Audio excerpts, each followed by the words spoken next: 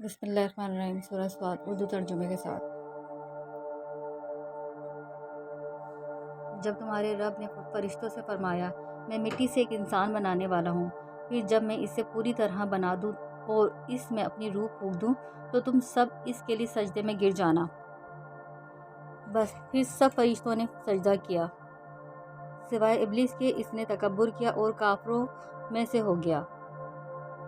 اللہ نے فرمایا اے ابلیس، تمہیں کس چیز نے روکا کہ تو نے اس کو سجدہ نہ کیا جسے میں نے اپنے ہاتھوں سے پیدا کیا؟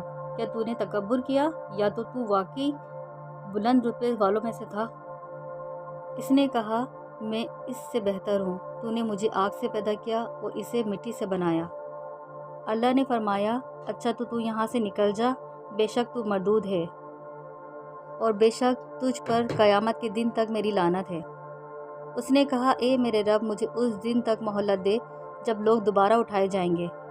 اللہ نے فرمایا بے شک تو مہلت دیے جانے والوں میں سے ہے اس مقرر وقت کے دن تک۔ ابلیس نے کہا پس تیری عزت کی قسم میں ان سب کو گمراہ کر دوں گا سوائے تیرے ان بندوں کے جو چنیدہ اور خالص کیے گئے ہوں گے، اور ان سب سے جو تیرے پیروکار ہوں گے جہنم کو بھر دوں گا۔ اللہ نے فرمایا بس یہی حق ہے اور میں حق ہی کہتا ہوں۔